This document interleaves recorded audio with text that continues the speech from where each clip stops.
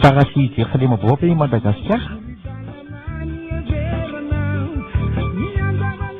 Fandarana arahanao eto amin'ny radio Madagasikara ho an'i Kristy isaky ny zoma manomboka amin'ny 120 sasany. Tompona andraikitra sy mpanatosa Ratriana Kristy.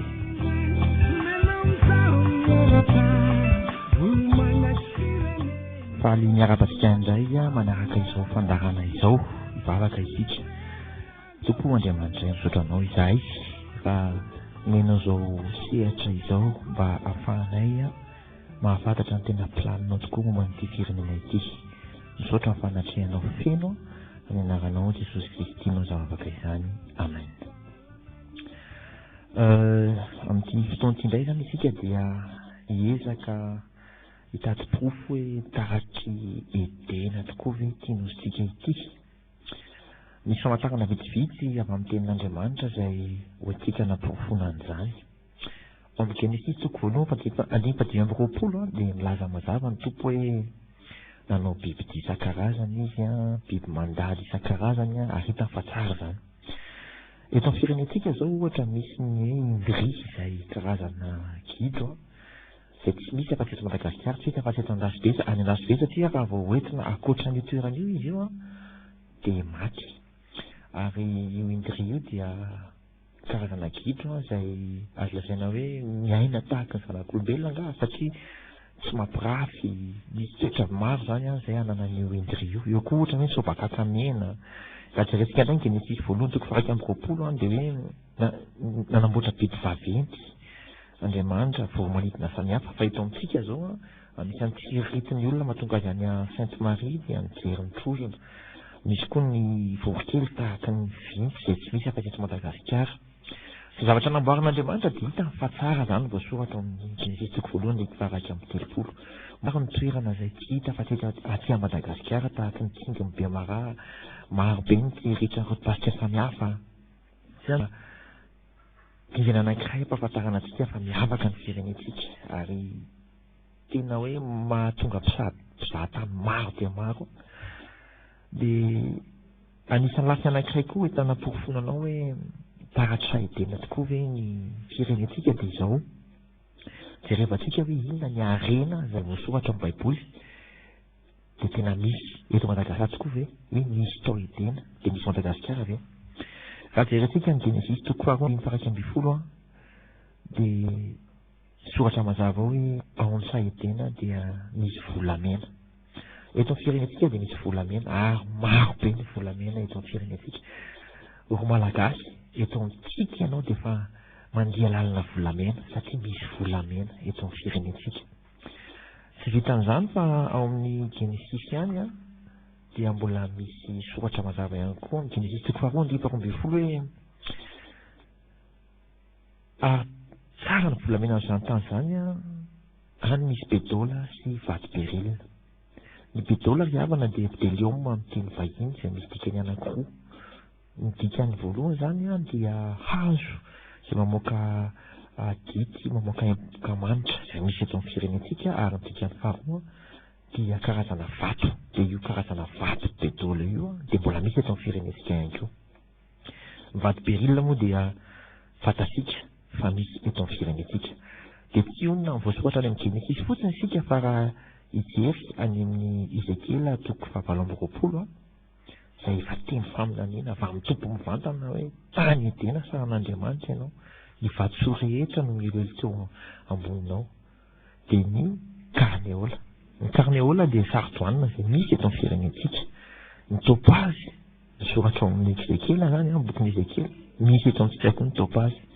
Ny onyx dia misy eto amintsika koa ny onyx. Ny chrysolite misy eto amintsika. Ny beryl moa efa voalaza rahateo efa misy araka ny efa voasoratra amin'ny Genesis toko 1:20. Ny jaspe dia misy eto amintsika. Ny safira dia mbola misy eto amintsika ihany koa zany. Ny robina misy eto amintsika. Ny émeraude mbola misy eto amintsika. Ny volamena moa efa misy rahateo. Ary tsy vitan'izany fa amintsika teny hafa dia misy koa hoe diamondra izay mbola misy eto Madagasikara ihany koa. Izany hoe ny harena rehetra izay voasoratra amin'ny Baiboly fa misy ao amin'ny saedena dia misy eto amin'ny firenentsika amin'izao fotoana izao. Zany zany dia famantarana anankiray indray ampisaitsainantsika hoe tena tany manokana, tany taratry ny saedena, taratry ny Jerosalema vaovao ny firenentsika. Tsy onona amin'izany anefisika mbola hijery-tenin'Andriamanitra hafa araka ny voasoratra ao amin'ny Apokalipsy 4:21 dia mivakitry n'izao narany Jesosy hoe ary izy maneho ahy ony ranonaina mangano any tahaka ny vato kristaly mivoaka avy teo amin'ny fiandrahan'Andriamanitra sy ny zanak'ondry. Ohatr'izay koa ry havana dia voasoratra fa ny vato kristaly dia taratr'ilay fahazavan'Andriamanitra ihany koa zany. Nefa vato kristaly koa dia misy eto amintsika ary ilay karazany tsara dia tsara mihitsy. Zany hoe mbola bonisy ny fitenenana ambony indray mbola afaka nampirofona amintsika fa tany miavaka i Madagasikara. Tsy ny olona tamin'izany fotsiny anefa raha mitady famantarana isika fa isika mihitsy nefa manana hira mirakitra fa hafa i Madagasikara. Ny hira izay fantatsika loatra hoe Madagasikara tany-drazanay tany sarobidy sy masina tokoa. Zany hoe efa fantatra fa sarobidy ny taninao malagasy. Mendrika no tahaka ny saedena, mendrika ho taratr'ilay Jerosalema vaovao. Izay ny momba ny profo sationany, tena sationany momba ny saedena marina ve ny firenentsika. Ary ny angatahan'ny tompo amintsika dia ny ananantsika toe-tsaina tahaka ny Adama, zany hoe manana tsy fandraisana mivantana amin'Andriamanitra.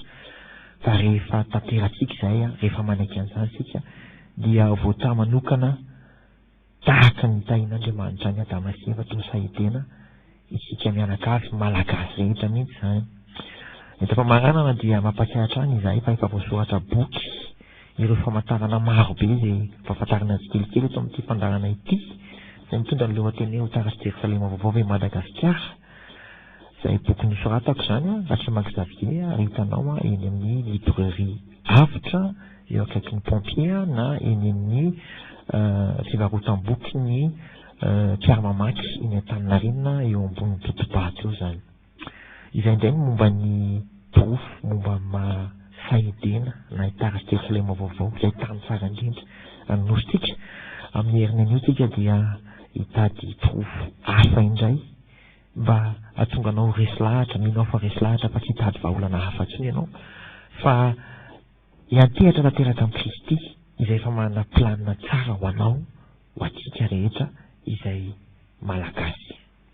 Dia manome fotoana anao indray zany amin'ny herinay mety toy izao mandram-piona tompoko hivavaka isika. Misaotra tompo raha nomenao fotoana indray nahafantarana fa ay firenena miavaka firenenay ny arena rehetra izay misy tao saedena dia misy atao firenenay ankehitriny. Efa antso nomenao anay zany fa tokony anaiky ompon'ny saedena izahay hiova fo, anaiky nitaridala ny fanahinao masina iry ihany. Ampio izahay malagasy anaiky an'izany fanendrena masina izany Jesosy, satria anavaingana ny fanafotanao ny firenena izany. Misaotra Kristy mijery anay, miay anay isan'andro. Ary amin'ny anaranao koa nanaovana izany mivavaka izany. Amen. Ho antsika moa izay te hifandray mivantana amin'ny tenako izany dia afaka miantso ny 033 12 155 79 mandram-piona tompoko.